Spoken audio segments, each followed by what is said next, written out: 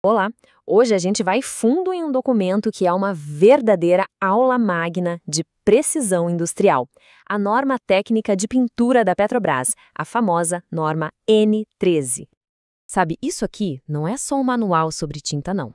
É um procedimento extremamente rigoroso, técnico e detalhista pensado para uma coisa muito importante: impedir que a corrosão cause falhas catastróficas em equipamentos que valem literalmente bilhões. Bom, a nossa jornada vai ser essa aqui. A gente começa entendendo o padrão da norma, passa pelo planejamento e preparo, pela aplicação da tinta, pela inspeção que é super rígida e termina com o veredito final, a aceitação. Vamos seguir o fluxo de um projeto real, do começo ao fim. Então, vamos lá. Primeira parte. A norma N13, o padrão. Para começar, é fundamental a gente sacar como a norma se comunica, porque aqui cada palavra tem um peso enorme. E olha que interessante, a norma separa as coisas em duas categorias bem distintas. De um lado, o requisito técnico. Isso aí, gente, é lei, é mandatório, não tem conversa, tem que seguir à risca. Do outro lado, existe a prática recomendada. Aqui, a abordagem é mais de um conselho de especialista, sabe? É o caminho ideal. Mas se houver uma alternativa melhor, tecnicamente bem justificada, ela pode ser usada. Beleza. Entendida a linguagem, vamos para a fase 1, planejamento e preparo. E aqui a gente já percebe o nível de exigência. Muito, mas muito antes de alguém pensar em abrir uma lata de tinta, existe uma montanha de documentos que precisa estar pronta. A preparação é simplesmente a base de tudo. E não é pouca coisa, não. A norma exige, de cara, 4 planos fundamentais. É preciso ter um plano de treinamento para a equipe, um procedimento detalhado de como a pintura vai ser aplicada, outro de como vai ser a inspeção e, claro, um plano para garantir que todos os instrumentos de medição estão perfeitamente calibrados. É um controle total do processo. E esse ponto da calibração é tão sério que a norma diz, com todas as letras, medições que afetam a qualidade só podem ser feitas com instrumentos calibrados. O que isso quer dizer na prática? Que aquele medidor de espessura, o termômetro, tudo, absolutamente tudo, tem que ter um certificado de calibração válido de um laboratório acreditado. É a ciência garantindo a precisão. Nada de eu acho que está bom. Ok, planejamento feito, papelada em ordem. Agora sim, vamos para a fase 2, a aplicação da tinta.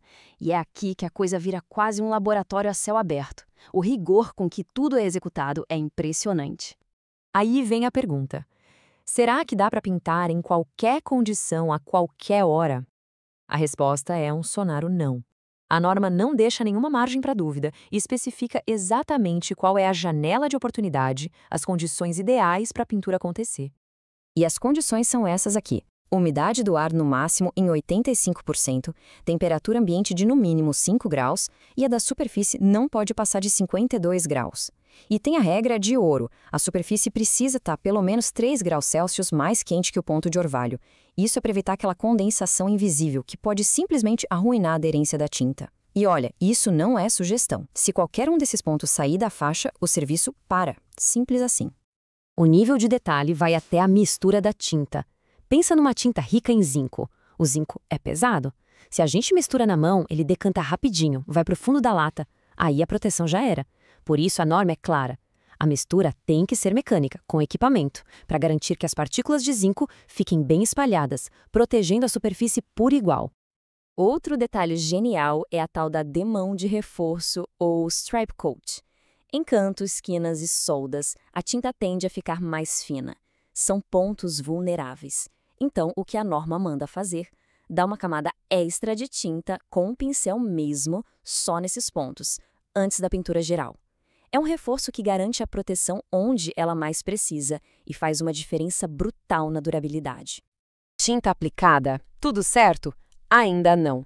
Agora começa a fase 3, a inspeção rígida. Porque o trabalho não acaba quando o pintor guarda o pincel, muito pelo contrário. A inspeção não é algo que acontece só no final, ela é constante. Acontece antes, durante e depois de cada bemão. Inspetores certificados ficam de olho em tudo, na limpeza da superfície, na espessura da tinta ainda molhada e, claro, na espessura depois de seca. É um controle de qualidade em tempo real. E a frequência dessas medições é alta. Para a película úmida, as medições cobrem 20% da área total, para a película seca, 10%. Tudo isso para garantir que a espessura final esteja no ponto ideal. Fina demais não protege, grossa demais pode trincar e descascar. É a busca pelo equilíbrio perfeito.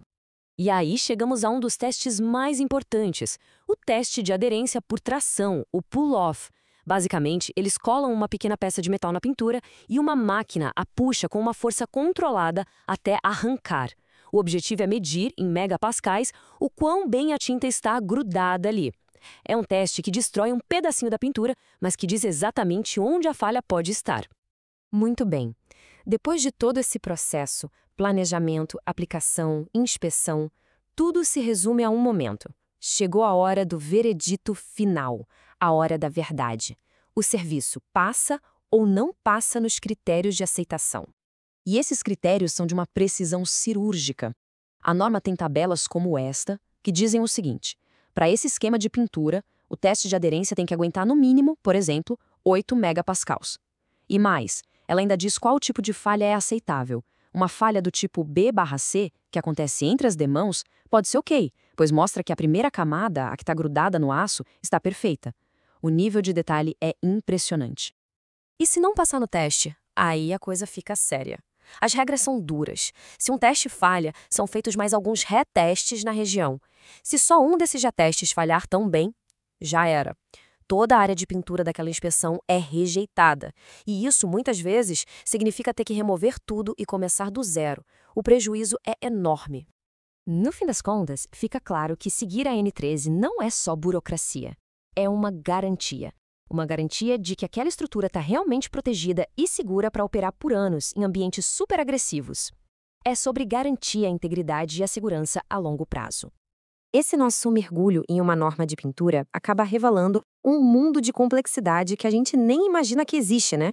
E isso faz a gente pensar quantas outras normas como essa, tão técnicas, tão detalhistas, estão por aí, em silêncio, garantindo que tudo aquilo que a gente usa e no qual confia todos os dias simplesmente funcione.